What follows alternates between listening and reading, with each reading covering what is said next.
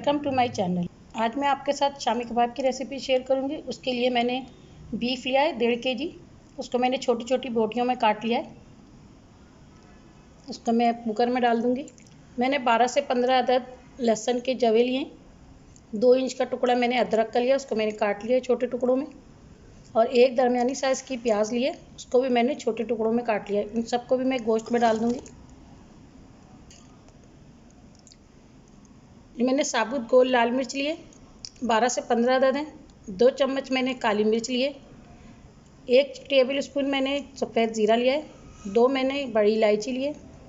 1 चम्मच मैंने लौंग लिए और 6 से 8 मैंने छोटी इलायची लिए। 1 टीस्पून मैंने काला ज़ीरा लिया है और 3-4 मैंने छोटी स्टिक दालचीनी के लिए हैं। इन सबको भी मैं इसमें डाल दूँगी। 2 टीस्पून हल्दी पाउडर है, ये भी मैं इसमें डाल रही हूँ। 1 लीटर के करीब पानी डाल दिया मैंने। कुकर को बंद करने के बाद मैं शुरू में तेज़ आंच कर दूंगी ताकि सीटी की आवाज़ आ जाए। फिर मैं इसको लो फ्लेम पे 20 मिनट तक पकाऊंगी। कुकर मैंने 20 मिनट के बाद खोल लिया है। ये गोश्त हमारा बिल्कुल अच्छी तरह से गल गया है। ये मैंने 1.5 कप चने की दाल ली है, उसको मैंने पानी में भिगो के रख दिया था। आधे घंटे तक मैंने इसको पानी में भिगो दिया है और इसका पानी मैंने निकाल दिया है। अब मैं ये सारी दालें इसके अंदर डाल दूँगी गोश्त में। अब मैं इसके अंदर नमक डालूँगी। आप अपने टेस्ट के हिसाब से नमक डाल लीजिएगा। अब मैं 15 मिनट के लिए दोबारा कुकर को बंद कर दूँगी। 15 मिनट बाद मैंने कुकर खोल लिया है। अभी थोड़ा पानी है, उसको मैं तेज़ आंच करके इसका पानी सुखा लूँगी। अभी हमारी दाल भी गल गई और पानी भी खुश्क हो गया।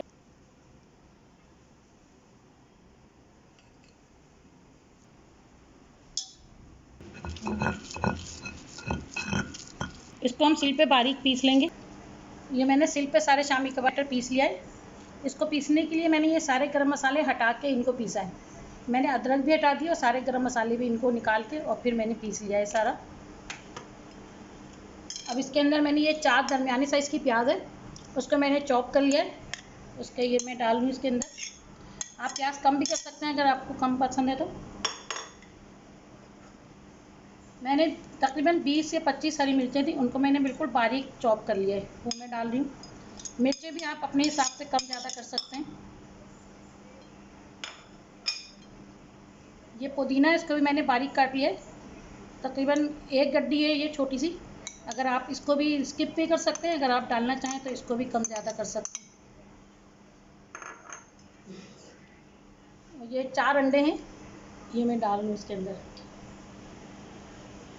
अब इन सबको मैं अच्छी तरह से मिक्स कर दूँगी।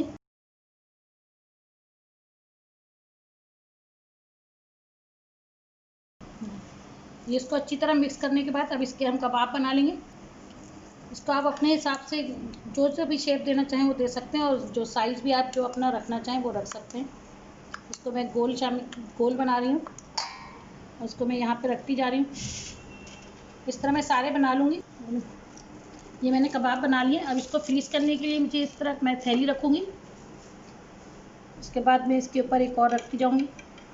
इस तरह मैं ये पूरी रख लूँगी और फिर दोबारा से मैं एक थैली रख के दोबारा लेयर लगा दूँगी और फिर इसको फ्रीज़ कर दूँगी। फ्रीज़ हो जाएंगे और जब ये फ्रीज़ हो जाएंगे तो ये आपस में चिपकेंगे नहीं थैली की वजह से।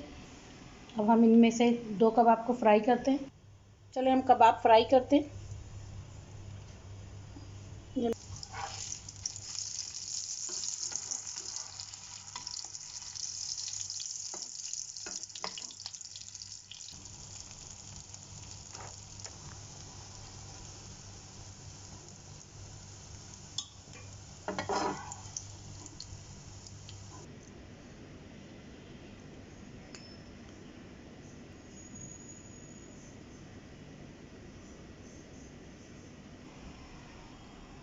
आप मेरी इस रेसिपी को ज़रूर ट्राई कीजिएगा। अगर आपको ये अच्छा लगे तो मेरे चैनल को सब्सक्राइब करें। Thank you.